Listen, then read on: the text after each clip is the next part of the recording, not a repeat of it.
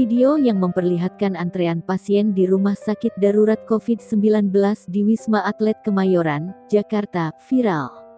Antrean pasien ini terjadi di unit gawat darurat (UGD), antrean mengular hingga memenuhi seisi ruangan.